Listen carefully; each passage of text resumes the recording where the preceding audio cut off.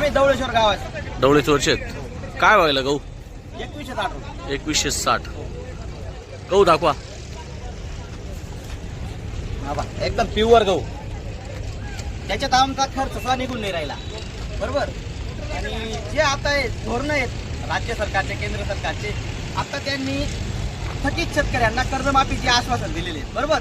थकीत शेतकरी जे 10 वर्ष थकीत आहेत त्यांना 2 लाख रुपये माफ. आणि आम्ही रेग्युलर आहेत 7 वर्षापासून न चुकता कर्ज भरतोय. काय आम्हाला 50,000 रुपये सांगते. मग मला बी असं वाटतंय आपण आहे ना कर्जबाजारी राहिलं पाहिजे. बरोबर. पण आम्ही रेग्युलर जर कर्ज भरलं ते आमचं म्हणजे आम्ही काही गुन्हा केलाय का?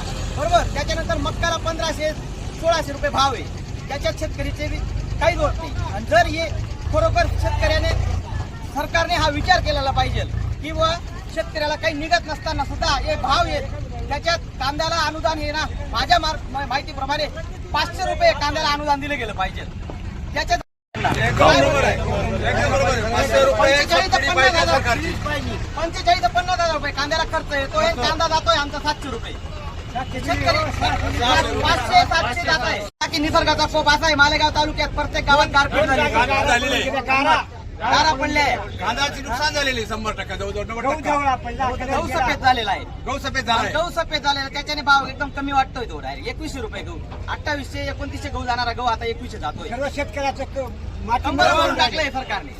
सरकारने पूर्ण शेतकऱ्याचा कंबर मोडलाय सर. याच्याबद्दल त्यांनी विचार केला पाहिजे. मार्फत आमचे मुख्यमंत्री महोदयांना एवढीच विनंती आहे, शेतकऱ्यांचं जे कंबर मोडलंय, जे कर्जबाजारी झाले त्यांनी फक्त एक प्रत्येक पिका कमीत कमी 500च्या वरती दिले गेला पाहिजे. शेतकऱ्याचा विचार केलाच पाहिजे. अनुदान हे 500 रुपये ना 500 रुपये मिळाले. भूषण जाधव यांचा जो चॅनल आहे त्यांच्या मार्फत सगळे शेतकऱ्यांना जे रेग्युलर मक्का, गहू, कांद्याचे जे रेग्युलर ताजे अपडेट भाव मिळू राहिले, भाव दाखवता येते त्यांच्या चॅनलला सर्वांनी सपोर्ट केलं पाहिजे. सगळ्या शेतकऱ्यांनी लाईक करा एवढी विनंती करतो.